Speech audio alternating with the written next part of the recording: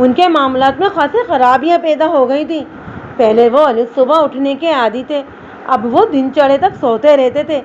جب انہیں کسی روز صبح کہیں جانا ہوتا تھا تو رات مجھ سے کہہ دیتے تھے کہ میں صبح انہیں جگا دوں۔ میں انہیں صبح جگانے آئی تھی۔ آج صبح انہیں چک 34 جانا تھا اور یہ بات وہ مجھے گزشتہ رات بتا چکے تھے۔ میں صبح ادھر آئی تو سارا کھیل ہی ختم ہو چکا تھا۔ چودھری صاحب اپنے بستر پر خون میں لت پت پڑے ہوئے تھے اور وہ منحوس بازاری عورت غائب تھی۔ میں نے پوچھا، جمیلہ چودھری نیاز علی کو ناظری بھی جگا سکتی تھی، پھر انہوں نے یہ فریضہ تمہیں کیوں سونپ رکھا تھا؟ یہ بات سمجھ میں نہیں آ رہی۔ ناظری، جمیلہ نے برا سا منہ بناتے ہوئے کہا، وہ کیا کسی کو جگاتی؟ وہ تو خود دوپہر تلک سوتی رہتی تھی۔ ایک لمحے کے توقف سے اس نے اپنی بات میں اضافہ کیا، جناب آپ کو معلوم ہونا چاہیے، ناظری جس نگر کی پیداوار تھی وہاں دن سوتے اور رات جاگتے۔ جنم جلی نے چودھری صاحب کی بھی عادتیں بگاڑ دی تھیں۔ مقتول چودھری کی تیسری بیوی ناظری کا موقع واردات سے اچانک غائب ہو جانا غور طلب تھا۔ میں نے فوری طور پر امکانات کی جانب خیال کیا۔ یا تو چودھری نیاز کے قتل میں ناظری پوری طرح ملوث تھی، یا پھر چودھری کے قاتل یا قاتلوں نے ہی ناظری کو بھی منظر سے غائب کر دیا تھا۔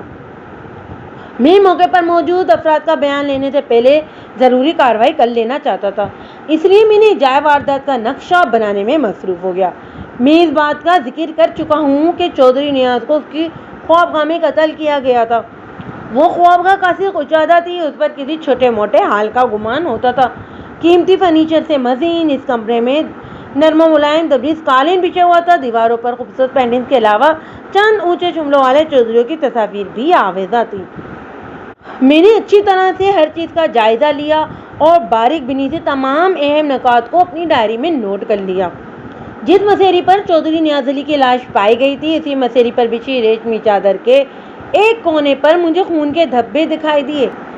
ان دھبوں کو دیکھ کر محسوس ہوتا تھا کہ چادر کے اس کونے کو کسی خون آلود چیز سے پہنچا گیا تھا۔ ایک بات یقینی تھی کہ قاتل نے چودھری نیاز کو موت کے گھاٹ اتارنے کے بعد آلائے قتل کو مسیری کی چادر سے صاف کیا تھا۔ موقع واردات اور لاش سے متعلق ضابطے کی کارروائی مکمل کرنے کے بعد میں نے لاش کو ضلع اسپتال بھجوا دیا تاکہ پوسٹ مارٹم کے مراحل طے ہو سکیں۔ میں نے آلائے قتل کی تلاش میں مقتول کی خوابگاہ کے علاوہ پوری حویلی کو چھان مارا، لیکن مجھے اس کوشش میں کامیابی حاصل نہیں ہو سکی۔ البتہ یہ بات یقینی تھی کہ چودھری نیاز کو کسی تیردھار آلے سے ذبح کیا گیا تھا، مثلاً کوئی چھری یا خنجر وغیرہ۔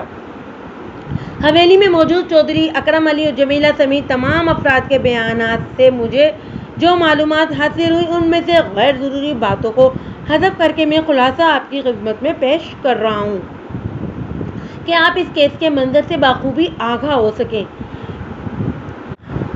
مقتول چودھری نیاز علی موضع چک 32 کا رہائشی تھا۔ وہ 3 بھائیوں میں سب سے بڑا تھا، ان کی کوئی بہن نہیں تھی۔ مقتول کی پہلی شادی والدین کی زندگی میں ہی جمیلہ سے ہو گئی تھی۔ پھر والدین کے انتقال کے بعد جب حویلی کا انتظام چودھری نیاز علی کے ہاتھ میں آ گیا تو اس نے پرزے نکالنا شروع کر دیے۔ جب تک اس کے والدین زندہ تھے وہ درمیانی درجے کا چودھری ہوا کرتا تھا، لیکن ان کی وفات کے بعد نیاز علی نے ہاتھ پاؤں پھیلائے، اس کی زمین جائیداد میں تیزی سے اضافہ ہونے لگا۔ دیکھتے ہی دیکھتے وہ اپنے چک کا سب سے بڑا چودھری بن گیا۔ اس کی شہرت اور مقبولیت آس پاس کے گاؤں میں بھی پھیل گئی۔ اس کے برعکس اس کے چھوٹے بھائی قدرے کم معروف تھے۔ منجلا بھائی چودھری ریاض علی ایک سلجھو اور امن پسند شخص تھا۔ تیسرا سب سے چھوٹا اکرم علی قدرے تیز مزاج کا تھا۔ اکرم علی ریاض علی سے 15 سال عمر میں چھوٹا تھا۔ مقتول چودھری کی بیوی جمیلہ ایک خاندانی اور ایک گھریلو عورت تھی۔ کسی زمانے میں دونوں خاندان ہم پلہ تھے، لیکن آباد کی ترقی نے چودھری نیاز کو خاصا مغرور اور خود پسند بنا دیا تھا۔ اس نے جمیلہ کو نظر انداز کرنا شروع کیا۔ جمیلہ سے اس کی 3 اولادیں ہو چکی تھیں، لیکن اب وہ کچھ اور ہی سوچے بیٹھا ہوا تھا۔ اور پھر ایک روز اس نے اپنا فیصلہ سب پر ظاہر کر دیا۔ وہ چک 34 کے چودھری خدا بخش کی بڑی بیٹی نغمہ سے دوسری شادی کا ارادہ رکھتا تھا۔ اس بات سے سب سے زیادہ دکھ جمیلہ کو پہنچا۔ وہ زبانی کلامی اپنا احتجاج ریکارڈ کرواتی رہی، لیکن خسرو چودھری اپنی منمانی سے باز نہ آیا اور نغمہ پر ایک جمیلہ سوکن کے روپ میں حویلی میں داخل ہو گئی۔ جمیلہ اس پوزیشن میں نہیں تھی کہ کھلم کھلا چودھری کی مخالفت کرتی۔ وہ چودھری کو چھوڑنے کا تصور بھی نہیں کر سکتی تھی، لیکن اگر جمیلہ کوئی ضد یا غصہ دکھاتی یا کسی قسم کا کوئی شدید مطالبہ کرتی تو چودھری اسے چھوڑنے میں ذرا دیر بھی نہ لگاتا۔ جمیلہ چودھری کے مزاج اور تیور سے بخوبی واقف تھی، سو اس نے سوکن کی اس بھاری سیل کو توہن کرن سینے میں ہی جما لیا، اس کے سوا اس کے پاس کوئی چارہ بھی نہ تھا۔ چودھری نیاز علی اپنی حیثیت کے مطابق خاندان میں شادی کر کے بہت خوش تھا۔ نغمہ نے چودھری کے 2 بچوں کو جنم دیا۔ کچھ ہی عرصے کے بعد چودھری نیاز نے اپنے چھوٹے بھائی ریاض علی کی شادی اپنی سالی نغمہ سے کروا دی۔ نغمہ اور سلمیٰ صرف 2 ہی بہنیں تھیں، ان کے 3 بھائی تھے۔ سلمیٰ کی شادی کے بعد 1 سال بعد 6 مہینے کے وقفے سے یک کے بعد دیگرے چودھری خدا بخش اور اس کا بیٹا حیدر علی چل بسے۔ حیدر علی تینوں بھائیوں میں دوسرے نمبر پر تھا۔ سلمیٰ اور نغمہ اس سے بڑی تھی۔ سلمیٰ کے چودھری ریاض علی کی بیوی بن کر حویلی میں آنے کے بعد جمیلہ کی پوزیشن اور بھی کمزور ہو گئی، لیکن وہ وفا کی پتلی گلا شکوہ کرنا بھی بھول ہی گئی۔ دونوں بہنیں مل کر اکثر اوقات اس کے ساتھ زیادتی بھی کر جاتی تھی، مگر وہ اف تک نہ کرتی تھی۔ شاید یہ اس کے صبر کا نتیجہ تھا کہ حالات نے اچانک ایک نئی کروٹ لی اور گویا زلزلہ آ گیا۔ یہ کوئی ڈھکی چھپی بات نہیں تھی کہ چودھری نیاز علی خاصا شوقین مزاج واقع ہوا تھا۔ وہ اپنے ذوق و شوق کی تسکین کے لیے اکثر و بیشتر اس بازار میں بھی جایا کرتا تھا، اور پھر اس بازار کی ایک چیز پر اس کا دل اٹک کر رہ گیا۔ یہ اس وقت کی بات ہے جب منجلے چودھری کی شادی کو 5 سال کا عرصہ گزر چکا تھا اور اس کے یہاں 2 بچیاں پیدا ہو چکی تھیں۔ چودھری نیاز علی کی غیر نصابی سرگرمیاں تو دونوں بیویوں کے علم میں تھیں اور وہ وقتاً وقتاً اسے روکتی ٹوکتی بھی رہتی تھی، بلکہ چھوٹی بیوی نغمہ تو اس سلسلے میں خاصی سخت رویہ بھی اختیار کرتی تھی، کیونکہ وہ بھی ایک بڑے چودھری خاندان سے تعلق رکھتی تھی اور اسے اپنی حیثیت اور خاندانی برتری کا بھی احساس تھا۔ لیکن چودھری نے جو دل میں ٹھان لی تھی اسے علمی جامہ پہنا کر ہی دم لیا۔ جب نغمہ کو یقین ہو گیا کہ چودھری اس پر سوکن لانے کا پکا فیصلہ کر چکا ہے تو اس نے ایک ہنگامہ کھڑا کر دیا۔ میں ایک طوائف زادی کو اس حویلی میں قدم نہیں رکھنے دوں گی۔ ایک رات اس نے چودھری نیاز علی سے کہا۔ چودھری نے سمجھانے کے انداز میں کہا، مجھے تم سے اس بے وقوفی کی امید نہیں تھی نغمہ۔ ہاں تو یہ مجھے احساس ہے کہ تم جمیلہ کی طرح تعاون نہیں کرو گی۔ وہ بھنا کر بولی، آپ اسے تعاون کرنا کہہ رہے ہیں؟ آپ مجھ پر سوکن لانا چاہتے ہیں اور مجھ سے تعاون کی بھی امید رکھتے ہیں؟ آخر آپ کو مجھ سے ایسی کون سی شکایت ہے جو میرے سینے پر مونگ ڈلنے کے لیے آپ اس گھٹیا عورت کو اس حویلی میں لا رہے ہیں؟ کیا میں خوبصورت نہیں ہوں؟ کیا میں نے آپ کے لیے فرزانہ اور عادل کو جنم نہیں دیا؟ کیا کمی ہے مجھ میں؟ تم میں صرف عقل کی کمی ہے نغمہ۔ چودھری نیاز علی نے رسانیت سے کہا، تم ہر بات کا الٹا مطلب کیوں نکال رہی ہو؟ تمہیں جو خدشات لاحق ہے ایسا کچھ نہیں ہوگا۔ نازلی بہت اچھی لڑکی ہے، وہ تم سے اور جمیلہ سے ہر قسم کے تعاون کے لیے تیار ہے۔ تم خواہ اپنا خون نہیں جلاؤ، انشاءاللہ سب کچھ ٹھیک ہو جائے گا۔ کچھ ٹھیک نہیں ہوگا؟ کیا مطلب ہے؟ تمہیں مجھ پر اعتماد نہیں؟ وہ جلدی سے بولی، اس میں اعتماد کی کیا بات ہے؟ میں جب کہہ رہا ہوں سب ٹھیک ہو جائے گا تو یقیناً سب ٹھیک ہو جائے گا۔ چودھری نے نرم لہجے میں کہا، نازلی ایک مصیبت زدہ لڑکی ہے، میں اسے سہارا دے کر ایک نیک کام کرنے جا رہا ہوں اور تم میرا راستہ روکنے کی کوشش نہ کرو۔ ایسی بہت سی مصیبت زدہ لڑکیاں دنیا میں بھری پڑی ہیں۔ وہ روٹھے ہوئے لہجے میں بولی، کیا سب کو حویلی میں ڈالیں گے؟ سب کو نہ صحیح، ایک نازلی کے ساتھ تو میں ہمدردی کر ہی سکتا ہوں۔ ہمدردی؟ وہ طنزیہ لہجے میں بولے، آپ کی ہمدردی کا جواب نہیں چودھری صاحب، میں نے سنا ہے کہ آپ اس کنجری کے عشق میں مطمئن ہیں۔ چودھری نے اپنے وجود میں اٹھنے والے غصے کے طوفان کو بمشکل کنٹرول کیا اور مقاومت آمیز لہجے میں بولا، نغمہ تم نے نازلی کے لیے نازیبا لفظ استعمال کر کے مجھے بہت تکلیف پہنچائی ہے۔ سچائی سن کر اگر آپ کو دکھ پہنچائے تو مجھے کوئی افسوس نہیں چودھری، نغمہ نے بھرائی ہوئی آواز میں کہا۔ افسوس تو مجھے اس بات کا ہے کہ آپ میرے احساسات اور جذبات کا بے درک قتل عام کر رہے ہیں۔ آپ نے میری محبت اور وفا کو جوتیوں تلے رون ڈالا ہے۔ آپ نے مجھے جس ذہنی اور روحانی صدمے سے دوچار کیا وہ بیان سے باہر ہے۔ افسوس، ایک ناچ گانے والی طوائف کو آپ مجھ پر ترجیح دے رہے ہیں۔ کم مائگی کا احساس میری جان لے لے گا۔ آپ نے مجھے، میری روح کو، میرے جذبات اور میرے احساسات کو رون ڈالا ہے، تو کیا میں پھر اس پھولوں کے ہاروں سے اس کا استقبال کروں؟ بے شک تم ایسا نہ کرو لیکن ہنگامہ بھی نہ مچاؤ۔ واہ واہ، نغمہ نے ابتدائی لہجے میں کہا، یہ خوب پٹی پڑھا رہے ہیں آپ مجھے، چلو پٹی ہی سمجھ کر پڑھ لو۔ ہرگز نہیں، وہ قطعیت سے بولی۔ دیکھو نغمہ، میں نے تمہیں کسی قسم کی کوئی کمی محسوس نہیں ہونے دی۔ چودھری نیاز علی نے معطل لہجے میں کہا، تم اپنی ضد سے باز آ جاؤ، بیجا مجھ سے بحث نہ کرو۔ نغمہ نے تیز لہجے میں کہا، پہلی بات تو آپ کو تسلیم کرنا پڑے گی کہ میں خواہ آپ سے بحث نہیں کر رہی۔ میری ضد بجائے میں اپنے حق کے لیے شور مچا رہی ہوں، یہ ہر عورت کا حق ہے، اور جہاں تک کمی محسوس نہ کروانے کا سوال ہے تو یہ بات آپ بھی اچھی طرح جانتے ہیں کہ میں ایک کھاتے پیتے گھرانے سے تعلق رکھتی ہوں۔ مجھے ماں باپ کے گھر میں بھی کبھی کسی چیز کی کمی محسوس نہیں ہوئی تھی، میں تمہاری یہ بات مانتا ہوں۔ چودھری مصالحت آمیز لہجے میں بولا، مگر یہ تمہاری حق کے لیے شور مچانے والی بات مجھے پسند نہیں آئی۔ اس میں ناپسندیدہ والی بات کون سی ہے؟ چودھری نے ٹھہرے ہوئے لہجے میں کہا، تم بس جس حق کے لیے ہاتھ پاؤں مار رہی ہو وہی حق ماضی میں تم نے بھی ایک عورت سے چھینا تھا، تم اس بات کو کیوں فراموش کر رہی ہو؟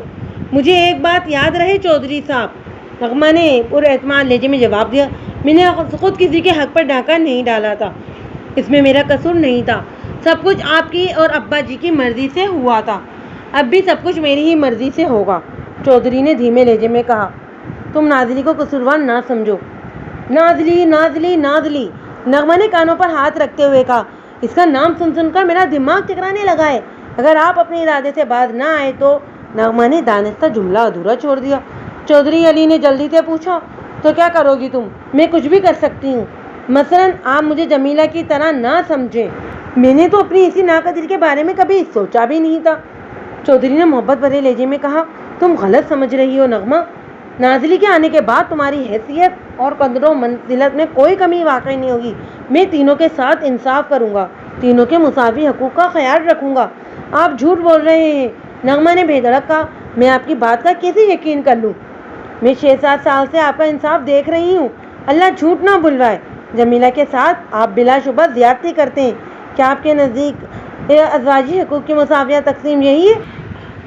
خدا کو حاضر و ناظر جان کر بتائیں، کیا آپ جمیلہ کے حقوق پوری طرح ادا کر رہے ہیں؟ یہ جمیلہ ہمارے درمیان کہاں سے آ گئی؟ چودھری نے بیداری سے کہا۔ نغمہ نے ترکی پر ترکی جواب دیا، جہاں سے نازلی ہمارے درمیان آ گئی ہے۔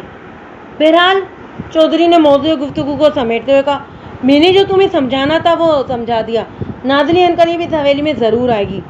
ایک بات میری بھی ذرا توجہ سے سن لیں چودھری صاحب، نغمہ نے ٹھہرے ہوئے لہجے میں کہا، اگر وہ طوائف اس حویلی میں میری سوکن بن کر آئے گی تو وہ کچھ ہوگا جو اس سے پہلے کبھی نہیں ہوا ہوگا۔ تم کہنا کیا چاہتی ہو یہ تو وقت ہی بتائے گا۔ آپ نے میری تمام امیدوں پر پانی پھیر دیا ہے، نغمہ نے شاکی لہجے میں کہا، اب مجھ سے بھی کوئی امید نہ رکھیں تو اچھا ہے۔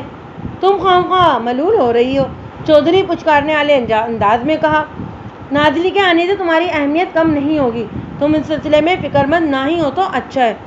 مجھے لانے سے پہلے یہ بات آپ نے جمیلہ سے بھی کہی ہوگی، جمیلہ کو اپنے ساتھ نہ ملاؤ، اس کی بات دوسری ہے۔ چودھری نے محبت آمیز لہجے میں کہا، تم تو میرے دل میں رہتی ہو، جمیلہ 23 سال گزرنے کے باوجود بھی میری نظر میں وہ مقام نہیں بنا سکی جو تم نے ایک ہی دن میں بنا لیا تھا۔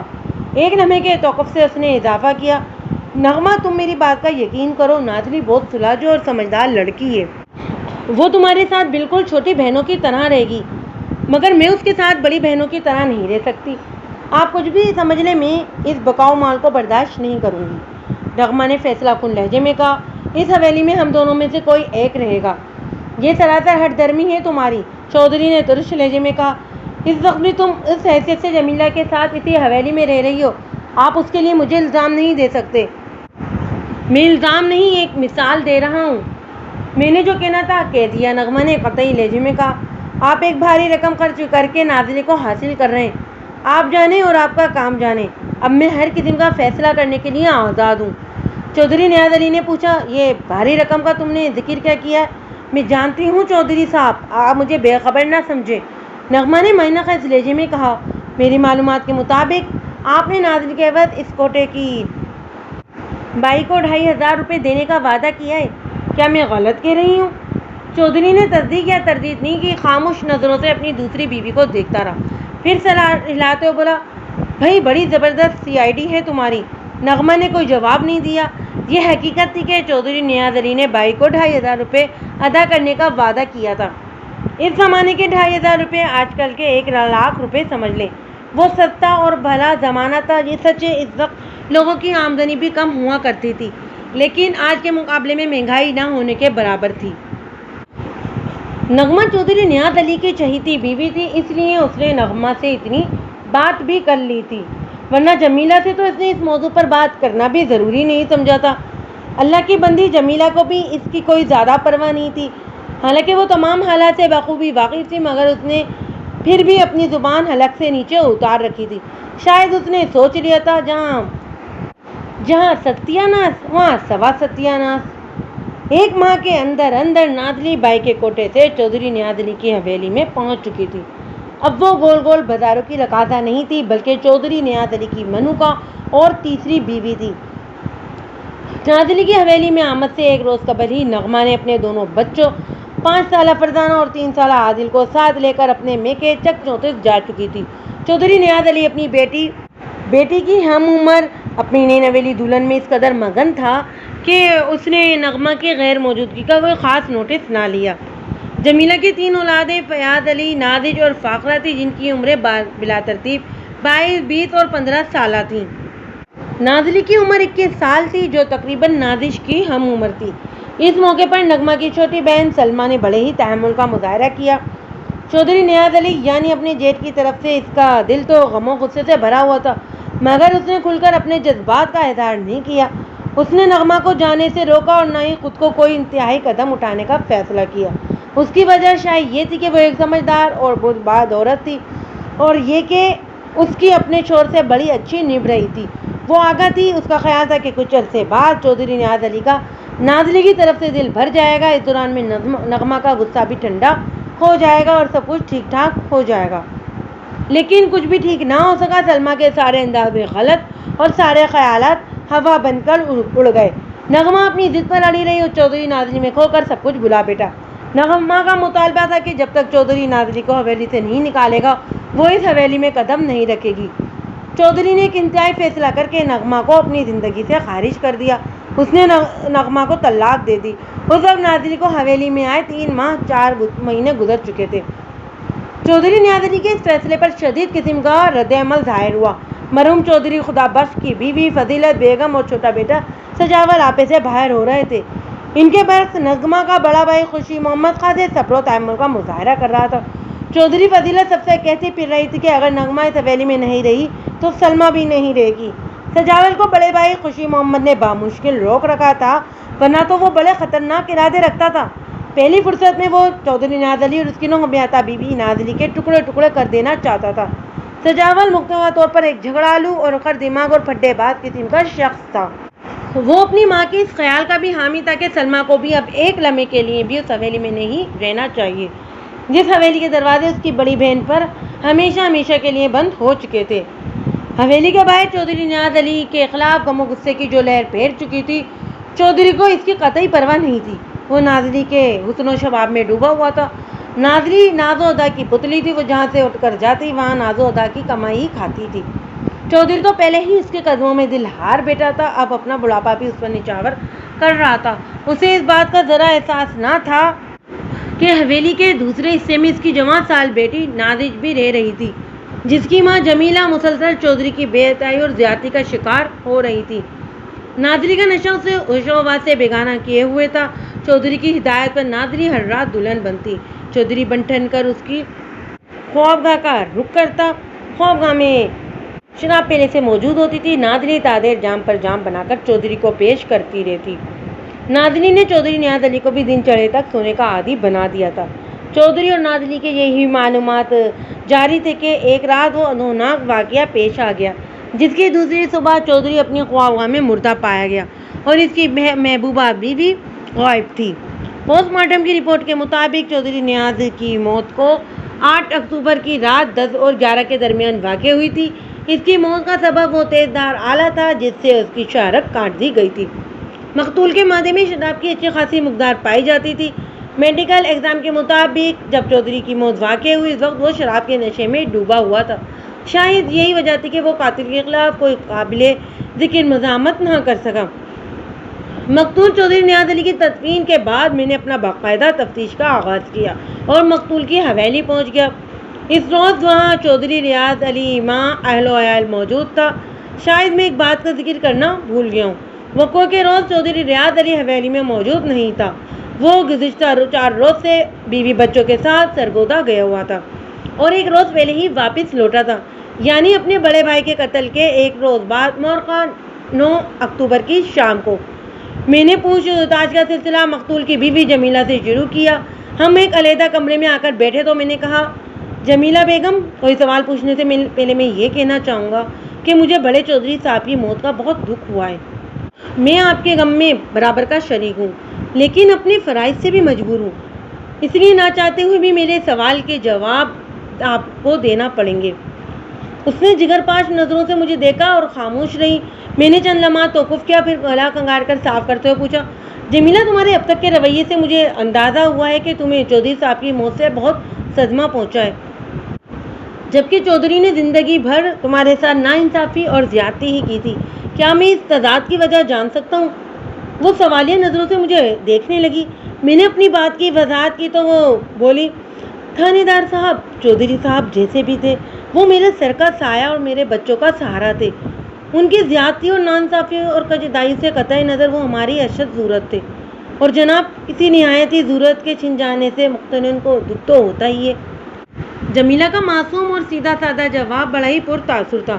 وہ حقیقی معنوں میں وفا کی پتلی اور ایک روایتی مشرقی اور شوہر پرست بیوی تھی۔ میں نے پوچھا، تم نے مجھے بتایا کہ وقوع والی رات مقتول نے تمہیں تاکید کی تھی کہ دوسری صبح یعنی 9 اکتوبر کو تم اسے ضرور جگا دو۔ تمہارے بیان کے مطابق چودھری چک 34 جانے کا ارادہ رکھتا تھا۔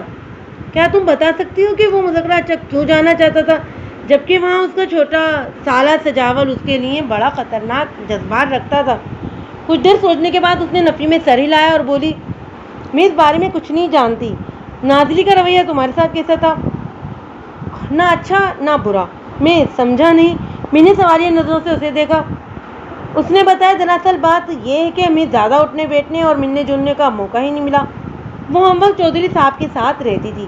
اس کے آنے کے بعد تو چودھری صاحب جیسے مجھے بھول ہی بیٹھے تھے۔ جانے اس بازاری عورت نے چودھری صاحب پر کیسا جادو کر دیا تھا کہ انہیں اس کے سوا کچھ نظر ہی نہیں آتا تھا۔ میں نے پوچھا، تمہارا کیا خیال ہے جمیلہ، کیا چودھری صاحب کے قتل میں نازلی کا بھی ہاتھ ہو سکتا ہے؟ چودھری صاحب کا دل پھیر سکتی ہے، وہ تو کچھ بھی کر سکتی ہے۔ جمیلہ نے بڑے ہی جلے کٹے لہجے میں جواب دیا، اس کی وجہ سے نغمہ کو بھی طلاق ہو گئی تھی۔ چودھری صاحب کو جانے اس میں کیا نظر آ گیا، وہ نحوست ماری نہ اس حویلی میں قدم رکھتی نہ ہی یہ حویلی اجڑتی۔ جو ہوا اس کا مجھے بہت سخت افسوس ہے جمیلہ، میں نے ہمدردانہ لہجے میں کہا۔ میں تمہارے خاوند کے قاتل تک فوراً پہنچنا چاہتا ہوں۔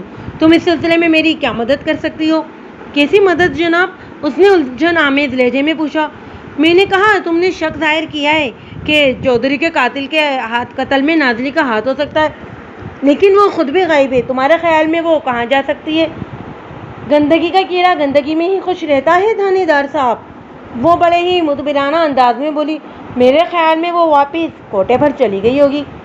میں نے کہا، یہ بھی تو ہو سکتا ہے کہ وہ چودھری کے قتل میں ملوث نہ ہو اور کسی مصیبت میں گرفتار ہو، چودھری کے قاتل یا قاتلوں نے اسے اغوا کر لیا۔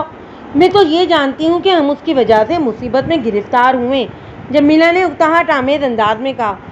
اس ناز ماری کے منحوس قدم نے اس حویلی کا سکون غارت کر دیا ہے۔ میں نے سوالات کا زاویہ تبدیل کرتے ہوئے پوچھا، چودھری صاحب کی کسی سے دشمنی وغیرہ تھی؟ جہاں 10 دوست ہوتے ہیں وہاں ایک آدھ دشمن بھی ہوتا ہے جناب، جمیلہ نے جواب دیا، لیکن میرے علم میں ایسا ان کا کوئی دشمن نہیں جو ان کی جان لے لیتا۔ سجاول کے بارے میں کیا خیال ہے؟ میں کیا کہہ سکتی ہوں، اس نے کہا۔ نغمہ کی طلاق کے بعد چودھری کے بارے میں اپنے جن عزائم کا اس نے برملا اظہار کیا تھا، ان کے پیش نظر چودھری کے قتل میں اس کا بھی ہاتھ ہو سکتا ہے، اس سے کچھ بعید تو ہے نہیں۔ وہ برا سا منہ بناتے ہوئے بولی، لیکن میرا اندازہ ہے کہ وہ اتنا بڑا قدم نہیں اٹھا سکتا۔ چودھری صاحب کو کسی گہری سازش کے تحت قتل کیا گیا ہے، پوری منصوبہ بندی کے ساتھ۔ ایسے دن کا انتخاب کیا گیا کہ حویلی میں بہت کم لوگ تھے۔ ریاض اپنے بیوی بچوں کے ساتھ ضلع سرگودا گیا ہوا تھا، کرم دا ڈیرے پر تھا۔ حویلی میں چودھری صاحب اور نازلی ہی تھی۔ یہاں پہ دوسرے حصے میں میں اپنے بچوں کے ساتھ موجود تھی۔ وقوع کے روز کارروائی کے دوران میں حویلی کے ملازمین سے بھی پوچھ گچھ کر چکا تھا، لیکن کام کی کوئی بات معلوم نہیں ہو سکی تھی۔ اس رات کسی بھی شخص کو حویلی میں آتے یا جاتے نہیں دیکھا گیا تھا۔ ملازمین نے حسب معمول سونے سے پہلے تمام دروازے احتیاط کے ساتھ بند کیے تھے۔ البتہ صبح حویلی کا دروازہ کھلا ہوا ملا تھا۔ میرے پوچھنے پر ایک ملازم نے بتایا تھا کہ رات کو اس نے داخلی گیٹ کو اندر سے کنڈی لگا دی تھی، تالا لگانے کی اس نے ضرورت محسوس نہیں کی تھی۔ اب جو کوئی بھی حویلی میں داخل ہوا تھا وہ یا تو داخلی گیٹ کو پھلانگ کر اندر کودا تھا یا پھر حویلی کے عقبی حصے سے اندر آیا تھا۔ حویلی کے ایک حصے میں چھوٹا سا باغ تھا اور دیوار 5 فٹ سے زیادہ اونچی نہیں تھی جہاں سے بآسانی اندر کودا جا سکتا تھا۔ یہ بات یقینی تھی کہ واپسی کے لیے قاتل نے حویلی کا بیرونی گیٹ ہی استعمال کیا تھا، کیونکہ وہ صبح کھلا ہوا ملا تھا۔ میں نے وقوع کے روز قاتل اور نازلی کا سراغ لگانے کے لیے ایک ماہر ترین کھوجی کی خدمات میں حاصل کی تھی، لیکن بدقسمتی سے وقوع کی رات ہلکی بارش ہوئی تھی، اس لیے کھوجی کی کوشش کارآمد ثابت نہ ہو سکی۔ وہ قاتل یا قاتلوں کا کھرا نہ نکال سکا، نہ ہی نازلی کے قدموں کا کوئی سراغ مل سکا۔ جمیلہ سے جب ایسی کوئی اہم بات معلوم نہ ہو سکی جو تفتیش میں معاون ثابت ہوتی تو میں نے اسے کمرے سے باہر بھیج کر چھوٹے چودھری اکرم علی کو اندر بلا لیا۔ اکرم علی کی عمر لگ بھگ 20-25 سال تھی۔ وہ ایک صحت مند اور خوش شکل انسان تھا۔ اس نے ہلکی مونچھیں رکھی ہوئی تھی جو اس کے توانا اور سفید چہرے پر بڑی بھلی دکھائی دے رہی تھی۔ بڑے بھائی کے قتل نے اسے خاصا دل شکستہ اور افسردہ کر رکھا تھا۔ میں نے اس کے بیٹھنے کے بعد کہا، اکرم علی، کیا تم نہیں چاہتے کہ تمہارے بھائی کا قاتل جلد از جلد پکڑا جائے؟ کیا کہہ رہے ہیں جناب؟ اس نے چونک کر مجھے دیکھا۔ میں بھلا ایسا کیوں نہیں چاہوں گا؟ میں نے کہا، اب تک کی تفتیش کے مطابق میرے ہاتھ میں ایسا کوئی سراغ نہیں آیا جسے تھام کر میں آگے بڑھ سکوں۔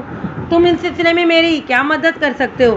وہ کچھ دیر سوچنے کے بعد بولا، آپ ہی بتائیں میں آپ کی کس قسم کی مدد کر سکتا ہوں؟ دیکھو اکرم علی، میں نے اس کے چہرے پر نظریں جماتے ہوئے کہا، تمہاری بڑی بھابھی جمیلہ کا خیال ہے کہ تمہارے بھائی کے قتل میں تمہاری چھوٹی بھابھی نازلی کسی نہ کسی طور ضرور ملوث ہے۔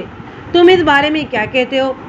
وہ ایک لمحے کے تعصب کے بعد بولا، جناب میں نے اپنی قبر میں جانا ہے، اس لیے میں خواہ کسی پر الزام نہیں لگاؤں گا۔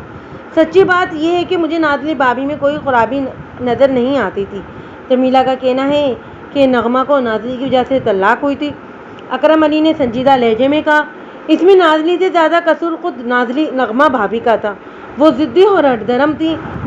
وہ خود بھی ایک بال بچوں والی عورت پر ایک دن سوکن بن کر اس حویلی میں آئی تھیں۔ وہ نازلی کو جس فعل کے لیے برا کہہ رہی تھی وہ جرم خود ان سے بھی سرد ہو چکا تھا۔ وہ اگر ذرا سمجھ بوجھ سے کام لیتی تو آج وہ بھی اس حویلی میں نظر آتی۔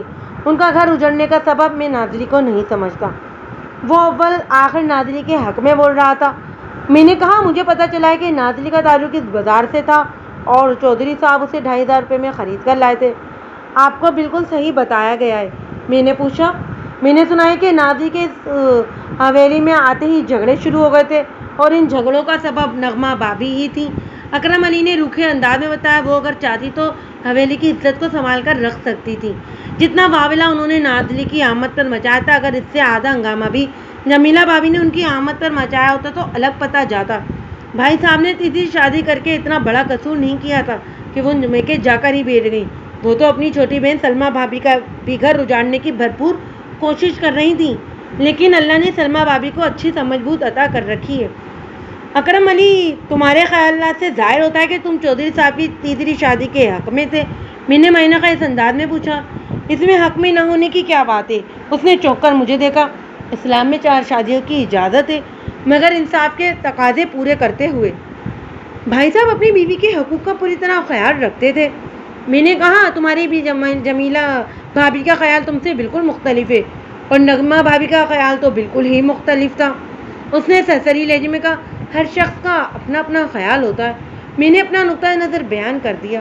میں نے ایک بات خاص طور پر محسوس کی کہ تمام گفتگو کے دوران میں وہ نازلی اور مقتول چودھری کے حق میں بولا تھا اور کسی بھی موقع پر اس نے نغمہ کی حمایت نہیں کی تھی، نہ ہی جمیلہ کا ذکر سنجیدگی سے کیا تھا۔ اس سے یہ بات ظاہر ہوتی تھی کہ جمیلہ اور نازلی کی شادی کو حق بجانب سمجھتا تھا۔ میں نے سوال کیا، اکرم علی، تم وقوع کی رات ڈیرے پر کیا کر رہے تھے؟ میری اکثر راتیں ڈیرے پر ہی گزرتی ہیں جناب۔ یار دوست جمع ہو جاتے ہیں اور ہم تاج وغیرہ کھیلتے ہیں اور ادھر ادھر کی گپے لگاتے ہیں۔ تمہیں کیسے پتا چلا کہ تمہارے بھائی کو قتل کر دیا گیا ہے؟ اس نے بتایا حویلی کے ملازم راجو کو جمیلہ بھابی نے میرے پاس بھیجا تھا۔ میرا خیال ہے اس وقت سورج طلوع ہو چکا تھا۔ تم روز اس ڈیرے پر کتنے بجے جاتے گئے تھے؟ رات کا کھانا کھانے کے بعد، اس نے جوبن بتایا۔ شاید 7 بجے تھے۔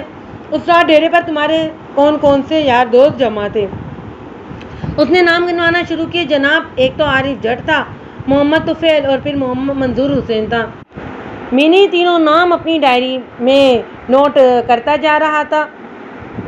کیا وہ پوری رات تمہارے ساتھ ڈیرے پر رہے تھے؟ جناب، محمد طفیل تو آدھی رات سے کچھ دیر پہلے روانہ ہو گیا تھا، اس نے جواب دیا۔ باقی دونوں صبح تک میرے ساتھ ہی رہے تھے۔ میں نے پوچھا، کیا یہ تینوں اشخاص چک 32 کے رہنے والے؟ اس نے صحابت میں سر ہلایا۔ میں نے پوچھا، اکرم علی، تمہارے خیال میں چودھری نیاز علی کا قاتل کون ہو سکتا ہے؟ قاتل کو تلاش کرنا تو آپ کا کام ہے جناب۔ ہاں، تم بالکل ٹھیک کہہ رہے ہو، میں نے اس کی آنکھوں میں دیکھتے ہوئے کہا۔ قاتل کو تلاش کرنا میری ہی ذمہ داری ہے، لیکن یہاں تو مدعی سست والا معاملہ پیش آ رہا ہے۔ آپ کہنا کیا چاہ رہے ہیں جناب؟ میں نے کہا، چودھری اکرم علی ہماری تفتیش کی گاڑی شک کے پیٹرول سے چلتی ہے۔ تمہاری جمیلہ بھابی نے پکا شک ناز علی پر ظاہر کیا ہے۔ اس کے خیال میں ناز علی چودھری نیاز علی کے قتل میں بلا واسطہ یا واسطہ ضرور ملوث ہے، مگر تم کہتے ہو۔ میں نے دانستہ جملہ ادھورا چھوڑ دیا تو وہ جلدی سے بولا، یہ کیسے ممکن ہے جناب؟ وہ میرے سوال پر گڑبڑا گیا اور جبروس ہو کر بولا، میرا مطلب تھا ناز علی تو خود بھی غائب ہے، ہو سکتا ہے اس پر اس سے بھی بڑی کوئی مصیبت آن پڑی ہو۔